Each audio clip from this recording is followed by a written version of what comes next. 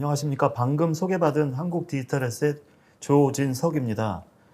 방금 미국 ETF 말씀을 하셨듯이 작년 회계 공시하고 그다음에 올 초에 미국의 비트코인 현물 ETF, 그다음에 7월 19일 날 가상자산 이용자 보호법이 제정되는 등 가상자산에 대한 규율과 제도가 계속 고도화되고 있는 상황입니다. 근데 주로 많은 분들이, 언론 포함해서 많은 분들이 가상자산 비즈니스 하면 거래소만 생각하고 계시는데, 사실은 이러한 제도와 규제가 점점 확산되면서 가상자산 부분의 커스터디 부분이 핵심 인프라로 부각되고 있습니다. 그래서 제가 오늘 발표한 내용은 그럼 커스터디가 어떤 서비스고 왜 핵심 제도나 규제가 발전되면서 핵심 인프라의 영역으로 부각되고 있는지 설명을 드리도록 하겠습니다. 일단 커스터디 서비스가 생소할 것 같아서 서비스에 대해서 개념을 좀 말씀드리고, 그다음에 가상자산 관련해서는 그 거래소하고 그 커스터디 사업에 대한 형태가 다른 거, 그리고 국내에는 어떤 시장이 있는지 쭉 말씀을 드리고요. 그래서 커스터디 비즈니스가 어떤 형태로 지금 발전되고 있는지 이렇게 해서 전반적으로 말씀드리도록 하겠습니다. 먼저 커스터디 서비스는 용어가 좀 생소한데 내용은 아주 간단합니다. 고객의 자산을 안전하게 보관해 주는 업무고요. 그러다 보니까 전통금융회사의 역할하고 동일합니다. 근데 다만 좀 다른 것은 전통금융회사는 현금이나 이런 실물을 보관하게 되는데, 디지털 자산의 커스터디는 디지털 형태로 된 자산을 보관하기 때문에 그 차이점이 조금 있습니다. 그래서 당연히 보안 관리가 중요하죠. 왜냐하면 모든 자산이 디지털화되어 있기 때문에. 그래서 보안 관리가 되게 중요한 거고요. 그럼 보안으로 잘 관리된 디지털 자산을 그대로 보관만 하고 있는 게 아니라 거래 지원까지 해주는 게 커스터디 역할인 거고, 그리고 그 고객의 자산을 보관하고 있기 때문에 법규 규정 준수가 아주 중요합니다. 그래서 저희 커스터디 업에서는 거래소보다도 오히려 법규 준수나 규제 내용을 더 타이트하게 관리하고 있다고 보시면 되겠습니다. 그래서 커스터디 서비스가 왜 필요한가, 과연 그러면 여러분도 알다시피 이 현물, 은행에서 저희가 거래를 하다가 1억이든 예치해놨다가 통장하고 비밀번호 분실했어요. 그러면 어떻게 하죠? 신분증 가져가서 은행 가서 재발급 받으면 돼요. 그래서 그 자산은 언제든지 찾을 수 있는데, 이 블록체인의 특성은 탈중앙화가 되어 있기 때문에 자기가 갖고 있던 자산에 대해서 키를 분실하면 영원히 찾을 수 없습니다. 그래서 전문 수탁기관에다 맡기는 게 필요한 거고요. 그래서 여기 예시를 보면 대부분이 다 키를 자체로 보관하고 계시다가 키를 분실했을 케이스고요. 근데 여러분들이 생각하실 거예요. 그럼 거래소에 보관하면 되지. 왜 내가 자체 키 보관하다 저런 리스크를 질까? 이렇게 생각하실 수 있는데요. 다음 장 보시면 이해가 될 거예요. 거래소하고 커스터디 차이점은, 가장 극명한 차이점이 개별 지갑으로 내 자산을 보관해 주느냐, 아니면 거래소처럼 합산해서 그냥 대량으로 매매 체계를 위해서 관리하느냐, 이 두 가지가 가장 큰 차이점이 있습니다. 즉, 거래소에서 보관하는 가상자산은 실제로 내 지갑에 고유하게 내가 관리하는 자산이라고 볼 수 없습니다. 그래서 거래소 같은 경우에는 물론 특성이 매매 체결을 하기 위한 특성이기 때문에 여러분들의 자산은 다 DB 처리가 돼 있고요. 업비트나 이 거래소에서는 콜드 월렛, 핫 월렛 운영하고 있지만 거기에서는 다 전체의 가상자산을 보관하는 합산된 지갑으로 관리하고 있다고 보시면 돼요. 그렇기 때문에 해킹 사고가 발생하면 제 거는 문제가 없겠지 하는 게 아니라 그냥 핫월렛이든 콜드월렛이든 그 안에 있는 지갑에 대해서 다 리스크가 노출되는 것이고요. 그렇게 됐고, 이런 상황이기 때문에 법인들 같은 경우는 특히 거래소를 이용하기가 어려운 게, 아까도 말씀드렸듯이 회계 공시를 해야 되고 자기가 그 지갑의 소유권으로 내 자산이 있는지를 입증해야 되는데, 거래소에 자산이 있을 경우에는 그 입증하기가 어려운 점이 있고요. 왜? 내 지갑에 있는 게 아니라 거래소의 데이터베이스에 있는 숫자만을 가지고 내 자산을 입증해야 되는 부분이 있습니다. 그래서 거래소에서는 사실은 그 거래소의 특성에 맞게 매매를 하기 위한 수단으로 거래소의 지갑을 잠깐 이용해서 매매 처리한다고 보시면 되고, 장표의 오른쪽에 보시면 커스터디는 다 개별 사업자에 대한 개별 지갑으로 다 관리를 해드립니다. 물론 100% 콜드월렛이고요. 그렇기 때문에 가장 큰 차이점은 뭐냐? 커스터디 기업에 맡긴 그 법인이 자기 지갑 주소를 가지고 저희가 제공한 사이트나 저희 코다 내부의 홈페이지를 통한 잔고 조회를 하지 않으셔도 퍼블릭하게 돼 있는 이스프로넷에 각각의 메인넷이 제공하는 이스프로 메인넷에 가셔서 본인 지갑을 가지고 입출금 내역의 잔고 조회를 다 할 수 있습니다. 그 뜻은 뭐냐? 그 온전하게 그 지갑이 그 해당 법인에서만 사용하는 지갑이라는 걸 입증이 되는 거죠. 그렇기 때문에 투명하게 관리가 될 수 있고, 이게 공시회계라든지 대외적으로 내 자산에 대해서 소유권이나 보유하고 있는 것을 표창하기 위해서 아주 중요한 수단이 되고 있습니다. 그래서 거래소하고 커스터디가 이런 큰 차이점, 지갑 관리 방식에 가장 큰 차이점이 있기 때문에 그 역할에 대한 중요성이 더 있다고 보시면 되겠습니다. 그리고 국내 일단 커스터디 현황입니다. 아까 소개 잠깐 받았지. 코다는 KB 국민은행이 출자해서 만든 회사고요. 이제 K다 카르도가 각각 있었는데 5월 달에 합병을 했고, 인피니블로 이게 세 개의 기업이 현재 가상자산 보관 사업자로 FIU에 신고 완료된 부분이고요. 여기 특징을 보면 다 금융기관들이 다 출자나 합작법인으로 다 참여가 돼 있습니다. 이 뜻은 뭐냐? 이 커스터디 기업은 사실 앞에 설명드렸듯이 은행하고 가장 유사한 비즈니스를 하고 있는 거고, 은행들이 가장 하고 싶어 하는 비즈니스 영역입니다. 또 뭐 다음 장에도 있겠지만 글로벌에서는 은행들이 직접 커스터디 사업을 참여하고 있고요. 그래서 코다를 잠깐 설명드리면 아까도 소개받았지만 국민은행이 직접 합작법인을 참여했고, 제가 은행에서 근무하면서 뭐 이거 자체 산업으로 하기 위해서 감독당국 금융위 금감원에 많이 쫓아다니면서 샌드박스, 부수 업무 지정을 받게 노력을 했지만 좀 어려운 점이 있었고, 그래서 이제 합작법인 형태로 코다를 설립하게 되었고요.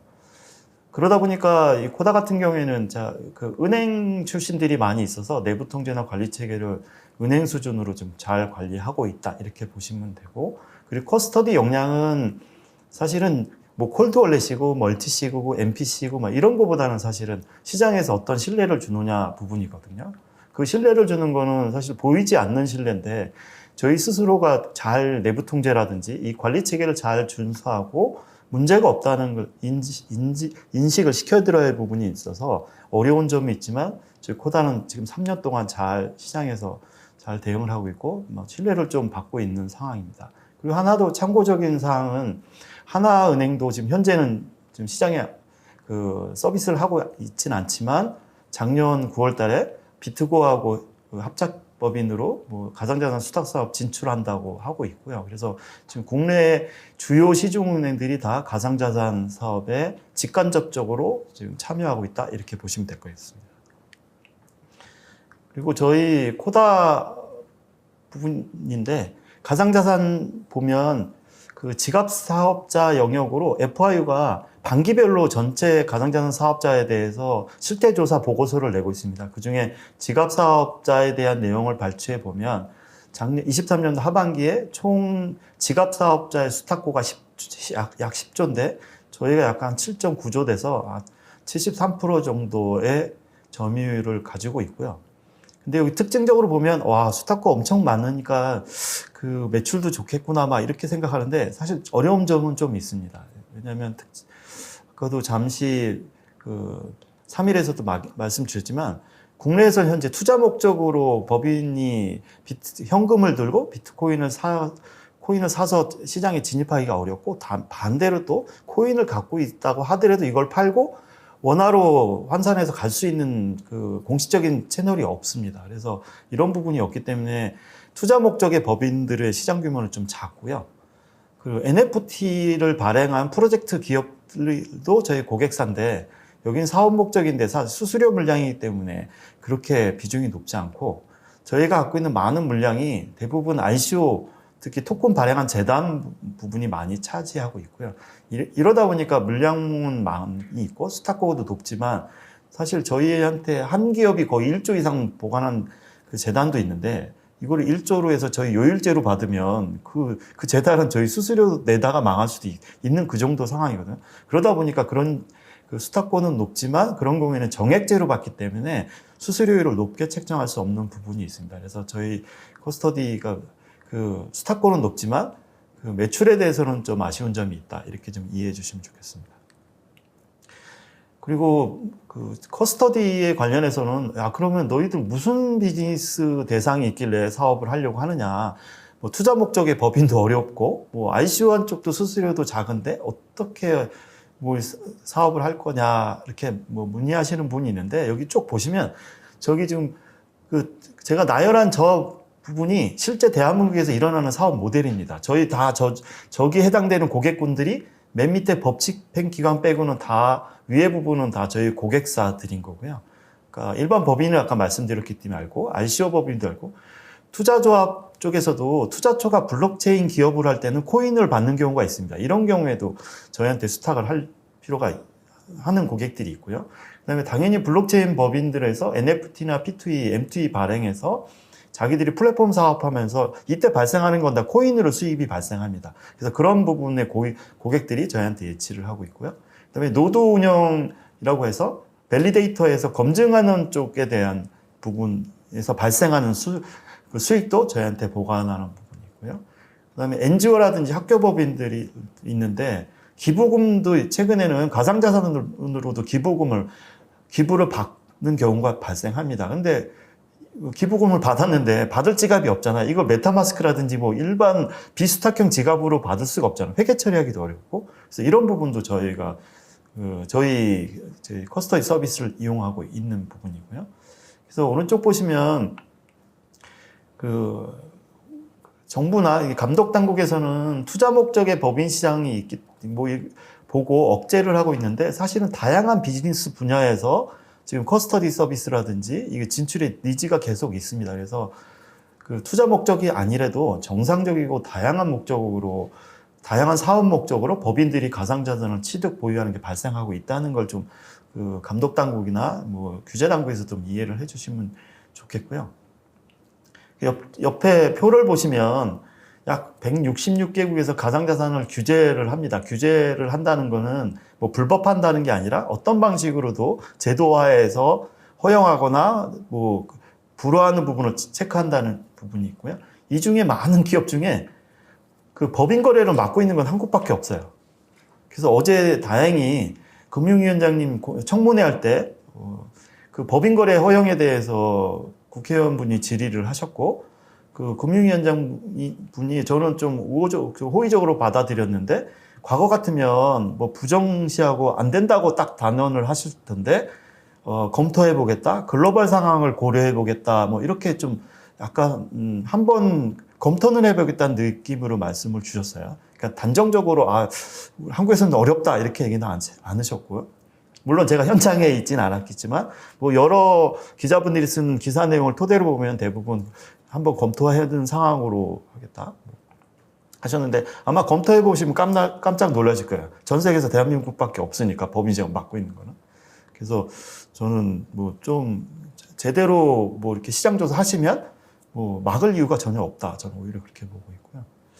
다음은 그 가상자산 관련 제도 변화인데요. 이 커스터디 위주로 제가 했습니다. 그러니까 이건 자세히 시간 관계상 자세히 설명은 안 드릴 거고 국내는 사실은 규제 위주로 되어 있고요. 산업진흥에 대한 부분은 없다고 보시면 되고 그래서 가상자산 이용자법 1단계가 이용자 보호에 대한 집중이 됐으면 2단계에선 업권법이라고 소위 얘기해서 산업에 대한 진흥을 포함한다고 그 일단 1단계 그 법 제정할 때 이렇게 돼 있는데 2단계 입법이 저희 이 업계 쪽에서는 좀 빨리 제정이 되길 원하는데 사실은 이게 쉽지 않은 게 업계가 다양하거든요. 이해관계가 다르기 때문에 사실은 쉽지 않을 것 같은데 저는 2단계 입법도 우선순위에 따라서 한 번 더 뭐 2.5단계, 뭐 2.0, 2.5 이렇게 좀 나눠서 한번 시행하는 것도 괜찮을 거라고 생각합니다.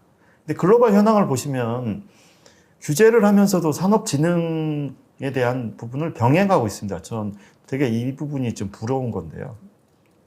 그래서 쭉 과거는 보지 마시고 뭐 21년도 1월 11일 날 미국 SEC에서 비트코인 현물 ETF 발행했고 24년 4월 15일 날 홍콩에서 비트코인 이더리움 현물 ETF 승인하셨고 24년도 2월 달에 2분기에 영국 FCA에서 비트코인 비트코인 이더리움 ETN이라 해서 ETF하고 유사한 상장 지수 펀드에 대해서 승인을 지금 예정하고 있고, 오히려 감독당국에서 승인 신청을 해라, 우리가 받아주겠다고 하고 있고, 또 23일이죠. 뭐 내일 그 미국 ETF 쪽 그 현물 ETF도 승인한다고 오늘 기사까지 나와 있고, 그래서 그 글로벌 부분에 대해서는 사실 이런 가상자산 부분에 대한 이 규제와 그 다음에 산업진흥이 병행해서 이 운영되고 있다고 이렇게 보시면 될 것 같고요.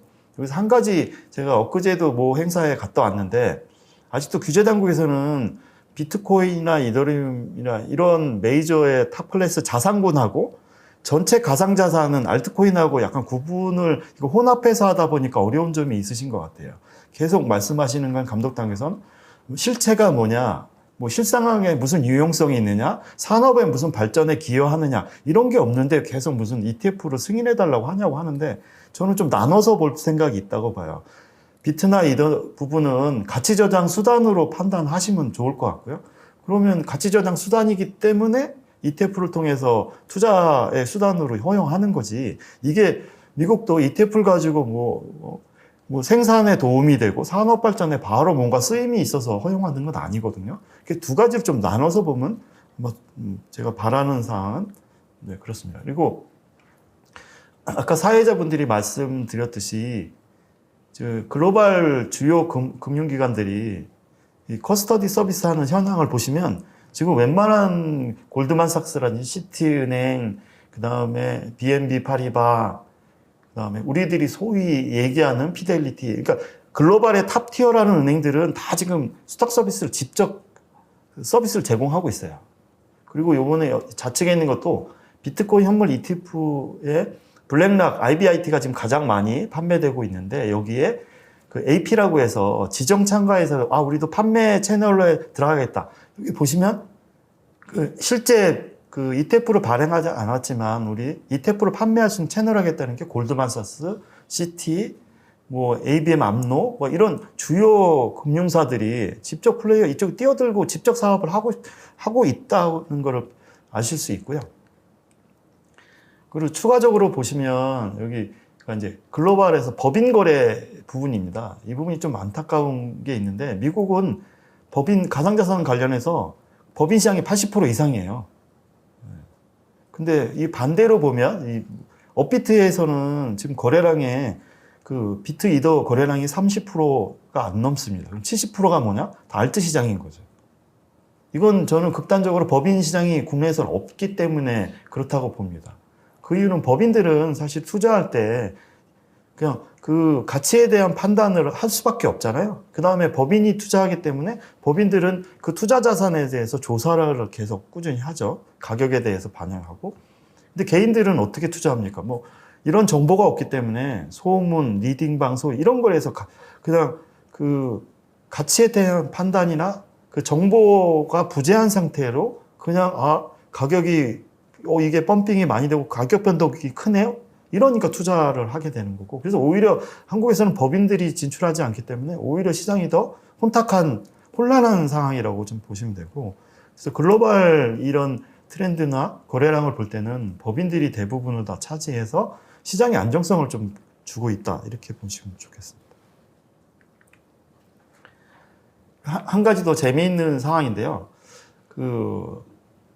법인 거래 중에 제가 아까 여러 가지 그 커스터디 비즈니스인데요. 법집행기관에서 법인 있는데, 그 미국에서 있던 사례인데, 미국의 법무부 산하에 있는 뭐 보안관청이라고 했는데, USMS라는 이곳에서는 자기들이 이 범죄자들한테 가상자산을 압류를 하잖아요. 그러면 자체 보관하는 게 아니라 뭐 여기서 보면 코인베이스라든지 이런 커스터디 전문기관에다 아예 맡기는 거죠. 그럼 이제 투명하게 관리가 되는 거죠. 그리고 나서 나중에 이 법원 재판이 끝나서 이거 뭐 반환하든지 정부 기소할 때 청산해서 기소하면 되는 거고, 이 최근에 보시면 2-3주 전에 독일에서 그 범죄 집단에서 압류한 가상자산을 약 1조 원어치 시장에서 내다 팔아갖고 시장이 좀 가격이 좀 떨어진 적이 있는데, 그때 가만히 보시면 그 독일의 정부에서 파는 그 지갑 주소가 그대로 공개가 돼 있어요. 그래서 일반 사람들이 그 독일 정부의 그 법 집행기관의 지갑 주소가 있고, 지금 몇 개 팔았고, 이게 코인베이스 같거나, 뭐 다른 거래소 같은 거 일목요연하게 볼 수 있어요. 이 블록체인의 특징인 거죠. 압류물에 대해서 이렇게 투명하게 처리됐다는 거를 대중한테 공개가 다 될 수 있는 거죠. 그래서 저희 사실 안타깝게도 국내에서는 제가 알기로는 업비트를 통해서 뭐 기사에 나온 걸 보면 업비트를 통해서 그 압류된 가상자산에 대해서 현금화해서 뭐 처리했다는 기사는 아닌데, 그러면 그 처리하는 시간 동안 최소한 뭐 1, 2년 몇 년 더 걸릴 수 있는 이 기간 동안 사실은 우리나라에서 법 집행기관에서는 그 금고에 레저라든지 별도의 비수탁형 지갑을 가지고 자체 보관하고 있을 거라는 거죠. 근데 아시다시피 이게 현금이 아니고 디지털 자산이기 때문에 이게 제대로 보관됐는지 관리됐는지 아무도 투명하지 않은 거죠, 사실은. 정말로 법 집행기관도 투명하려면 뭐 공개된 커스터디 비즈니스를 이용해서 뭐 범죄 집단으로서 뭐 100억 원어치, 1000억어치 압류해 있고 이 지갑에 이렇게 잘 보관해 있고 이걸 나중에 투명하게 처리해 있다. 행정에 대한 투명성을 확보할 수 있다고 보고, 그리고 또 자체 보관했을 때 그걸 분실했을 때 누가 책임질 거인가 가요. 그런 부분에 대해서 저는 법 집행기관 쪽에서도 커스터디 비즈니스에 대한 관심이 좀 필요할 것 같다, 이렇게 설명드리겠습니다.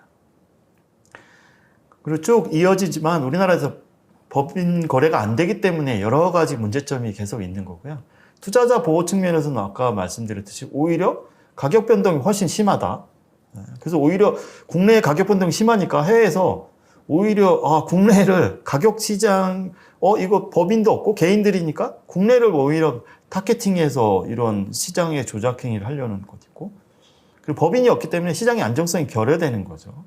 아까도 계속 말씀드렸듯이 정보의 비대칭이 될 수밖에 없는 거죠. 그리고 사업적인 측면에서는 계속 말씀드리는데 NFT나 사업을 추진하는 쪽에서는 대기업 같은 경우에는 현금화가 안 되기 때문에 이거 사업을 검토하는 단계에서도 가상자산 관련 무슨 P2E, MT, NFT 우리 발행해서 뭔가 서비스를 구현하고자 하려는 검토하는 기업에서 특히 상장 기업 같은 경우에는 이거 코인을 받아서 나중에 현금화 이거 어려워요. 거래소 안 되니까 약간 음성적인 OT 시장 가야 되는데 이거 검증하기 어려워요. 뭐 회계법인 당연히 말씀 주겠죠. 그러면 사업을 할 수 없는 거죠. 그리고 아까 3일 회계법인에서 잠깐 말씀하셨는데 OTC를 통해서 한다는데 사실 이거 국내에서 OTC가 약간 그레이 영역입니다. 이게 어디 가서 현금화 해주는지 모르는 상황에 그레이 존이 있어서 대기업에서는 사실 이렇게 OTC를 통해서 사업하기 어렵습니다. 그래서 법인이, 그리고 이제 감독당국도 제가 많이 미팅하니까 아는데 감독당국의 니즈는 그거예요. 법인들이 들어오면 법인들이 이 가상자산의 그가 변동성이 큰데 리스크가 큰 시장에 법인까지 들어오면 시장이 더 혼란스러운 거 아니냐 이렇게 했는데 저는 반대로 생각하거든요. 아니 지금 가상자산 영역이 이렇게 혼란스럽고 지금 문제가 많은 시장에 지금 개인들만 들어와 있는 거잖아요. 반대로 자본시장을 보면 리스크가 큰 영역의 상품들은 오히려 개인들은 못 들어오고요. 적격 투자자라서 법인만 들어오게 하는 건데 이 가상자산은 이제 반대로 그 시스템이 돌아가고 있다고 생각됩니다. 그래서 오히려 법인들이, 물론 법인들한테도 규제할 수 있습니다. 들어와서 뭐 살 수 있는 걸 정리하든지. 저는 반대로 생각하는 게 법인들이 들어와서 알트 살 일이 없다고 봐요. 법인들을 오면 당연히 법인 자금이기 때문에 알트코인보다는 진짜 사업성이나 그 코인의 그 내재 가치, 잠재 가치를 보고 투자하지 단시간에 단기 투자 목적으로 하지 않을 거라고 봅니다. 그러면 오히려 시장이 더 안정화될 거고 개인들의 투자자들은 이거 기관들이 많이 한 투자 코인에 오히려 더 집중할 수 있는 거죠. 그러면서 리딩방이나 이런 이상한 그런 정보를 받아서 다단계성의 사기를 당한 일이 저는 오히려 줄어들 거라고 생각합니다. 그리고 제가 그 코다의 대부분이 ICO한 재단의 물량인데요. 이 부분은 저희 가상자산 이번에 이용자보호법 나오면서 정부가 그 가상자산 거래소를 통해서 지금 상장된 코인 600개, 뭐 중복 제거하면 300개에 대해서 전수조사를 하라고 했어요. 상장 재심사. 그때 재단들에 대해서 재단에 대한 주주, 발행자에 대한 그 검증, 그다음 유통량 관리, 그다음 보안, 그다음에 공시, 그다음에 과거의 해킹 사례 유래, 뭐 이렇게 크게 뭐 대여섯 가지에 대해서 전수 조사를 하라고 돼 있는데 저희는 이 부분에 있어서 저희가 좀 혜택을 좀 받을 것 같고요. 지금 현재 ICO한 재단들이 거의 대부분의 고객 토큰 발행한 재단들이 다 락업 물량이라서 총 발행 물량 중에 유통량 풀린 그 락업 물량 거의 한 90% 이상 되는 걸 다 자체 보관하고 있어요. 근데 여긴 규율이 없기 때문에 그냥 콜드월렛에 보관하는지 핫월렛에 보관하는지 콜드월렛도 어떤 시스템을 통해서 하는지 뭐 관리 체계가 전혀 안 돼 있어요. 관리할 수도 없고 그러다 보니까 최근에 올 상반기 부분인데 올 상반기만 약 2천억 원 규모의 재단이라든지 이런 쪽에서 해킹 사고가 발생됐고요. 여기서는 다 이 재단들은 다 상장 폐지를 당했어요. 그럼 ICO한 재단이 그 해킹 사고 나면 그 재단의 문제가 아니라 그 토큰을 투자했던 모든 투자자들이 다 피해를 보는 거예요. 그래서 저는 이 ICO한 재단들은 다 커스터디를 의무화해서 보관하게 하는 게 맞다고 보고 있고요. 물론 자체로 잘 보관했다고 하는 거를 거래소들한테 이제 재심사하면서 입증을 해야 되겠죠. 근데 사실 입증하는 게 통과하기 어렵기 때문에 아마 저희 커스터디 사업에 많은 아마 고객사가 유입될 것 같고 최근에도 이 관련해서 저희 쪽에 재단들이나 이런 쪽에 문의가 많이 오고 있습니다. 그래서 저희는 이쪽에 시장의 투명성 확보 차원에서 저희는 수수료 부분은 좀 부담이 안 가게 제공을 하고 있고 그래서 이 ICO한 재단 부분도 커스터디 영역의 큰 한 축이 되고 있다. 이 부분은 투자자 보호 측면에서는 반드시 필요한 영역이라고 저는 생각합니다. 그래서 이 부분이 같이 설명을 드렸는데요. 그래서 지금 여기 보시면 전체 ICO한 재단들 상장 지금 기존에 돼 있는 분들에 대해서 6개월간 실시할 거고 여기에서 지금 파란색으로 표시한 부분들이 다 저희하고 관련된 7가지 항목 중에 5가지가 커스터디 영역에 밀접한 영역인 거고요. 그래서 아마 이런 ICO한 재단에서 커스터디를 맡기면 저 5가지 영역 부분이 많이 커버가 된다. 여기서 보시면 발행량, 유통량 관리도 커스터디가 어떻게 관리해 이렇게 아마 궁금해 하실 건데 저희 코다의 ICO한 재단들이 계약을 한다고 하면 저희는 전제 조건이 딱 하나 있습니다. 그건 뭐냐? 모든 전체 발행 물량을 다 저희한테 수탁해야 된다. 일부 물량만 저희한테 수탁한다면 저희 안 받습니다. 왜? 그럼 저희 유통량 관리를 할 수 없는 거죠. 오히려 그 재단은 코다한테 맡겨놓았다는 걸 그냥 명분으로 하고 자기들이 많은 부분을 보유하고 있으면서 임의로 유통량을 뺄 수 있기 때문에 일단은 저희한테 계약하시는 고객들은 전량을 다 저희한테 보관하는 전제가 깔려 있고 그리고 유통량 계약을 2년치를 저희한테 미리 다 주셔야 돼요. 그래서 그 계획에 따라서만 출금 요청을 주시고 그거에서 벗어나면 저희가 출금해드리지 않습니다. 그래서 저희가 사전에 철저히 관리할 수 있는 체계를 만들고 그 관리 체계를 해드리고 있습니다. 그리고 아까 사회자께서 말씀드렸듯이 비트코인 현물 ETF가 나오면서 가장 주목받는 비즈니스 영역 중에 하나가 이 커스터디라고 보시면 될 것 같고요.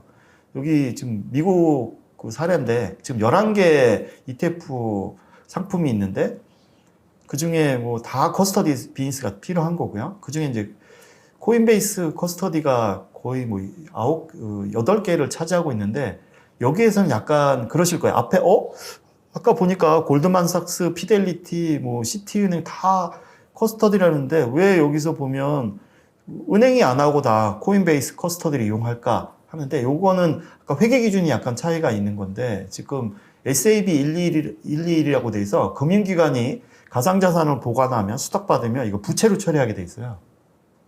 그러다 보니까 이게 소량으로 가상자산을 수탁할 때는 상관이 없는데 대량으로 받을 때는 은행기관의 부채 비율이 높으면 BIS 비율이 건전성이 떨어지기 때문에 자본을 또 늘려야 되고 이 어려움이 있어서 올 5월 달에 미국 상원 하원위에서 SAB 121을 폐지하는 법안이 통과돼서 올라갔는데 바이든 대통령께서 거부권을 행사해서 지금 다시 반환돼 있는 상황이거든요. 그래서 이거가 처리되지 않으면 코인베이스 커스터디가 계속 아마 커스터디를 다 대부분 할 거고, 요번에 ETF, 이더리움 ETF도 뭐 9개 상품인데 7개를 코인베이스 커스터디 하는 이유가 그렇게 될 것 같고요. 뭐, 이건 미국 사정인 거고, 국내 ETF가 나오면 뭐 커스터디 사업자로 저희 쪽에 아마 많은 혜택이 있을 것 같고, 이거 관련해서도 저희한테 지금 뭐 자산운용사라든지 증권사라든 쪽에서는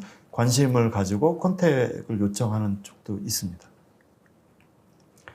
그래서 국내 ETF는 지금 정부 입장에서는 뭐 금융 입장에서는 부정적으로 보고 있는데 저희는 시간 문제라고 보고 있습니다. 아시다시피 미국 열려 있고 홍콩 열려 있고 런던 열려 있으면 저희가 얘기하는 세계 3대 자본시장에서 다 열려 있는 상황인 거고요.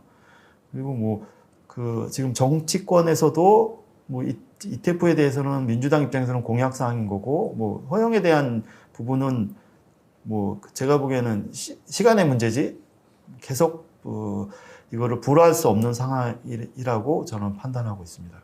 그리고 이 부분도 어제 국회 청문회 때 질문이 나왔는데, 이것도 그 시장에 대해서 뭐 국내 자본시장에 미치는 영향도 보면서 글로벌 상황도 좀 보시겠다고 했으니까 당연히 글로벌 상황 보시면 뭐 막을 이유는 없을 것 같고, 최근에 기사를 보면 지금 그 현물 ETF는 안 되지만 레버리지 상품이 있습니다. 선물로. 지금 최근 한 달 동안 그 2배 레버리지 상품을 나왔는데 지금 국내에서 약 2천억 가량의 그 자금이 해외 비트코인 2배 레버리지 상품에 지금 그러니까 한국에 있는 투자자들이 미국에 선물이니까 이거 허용이 돼 있는 거죠. 가서 2천억 가량 지금 투자 금액이 지금 나가 있는 거고, 계속 이렇게 나가면 자본 유출이 될 수밖에 없는 구조이기 때문에 자본시장의 특성상 뭐 다른 해외 시장 다 열려 있는 상태에서 우리만 이거를 막고 갈 수 있다? 저는 그렇지 않을 거라고 생각합니다.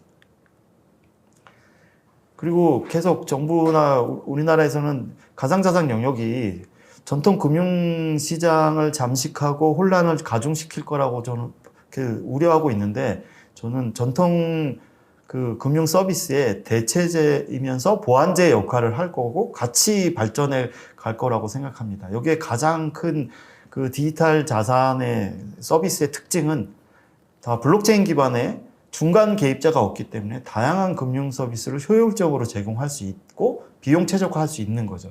여기 이런 장점을 전통 금융 비즈니스하고 그 결합을 해서 새로운 비즈니스를 발굴해 나가야지, 이걸 계속 단절해 나가면서 산업을 발전하면서 한쪽을 계속 그 억누른다? 저는 그러면 대한민국에서는 이 디지털 자산의 발전은 요원할 거고, 결국은 디지털 자산 쪽의 시장에서 우리나라는 갈라파고스처럼 뒤떨어질 거고, 계속 나중에 이제 글로벌 시장이 딱 선정했을 때는 저희가 뒤쫓아가는 게 아니라 그 솔루션, 그 서비스 그대로 이용할 수 없는 그런 상태가 될 거라고 판단하고 있습니다.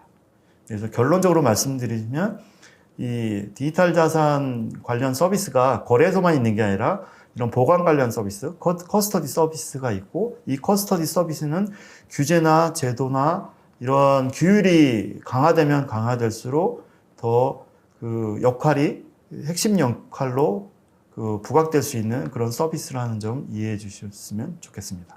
네, 이상 마치도록 하겠습니다.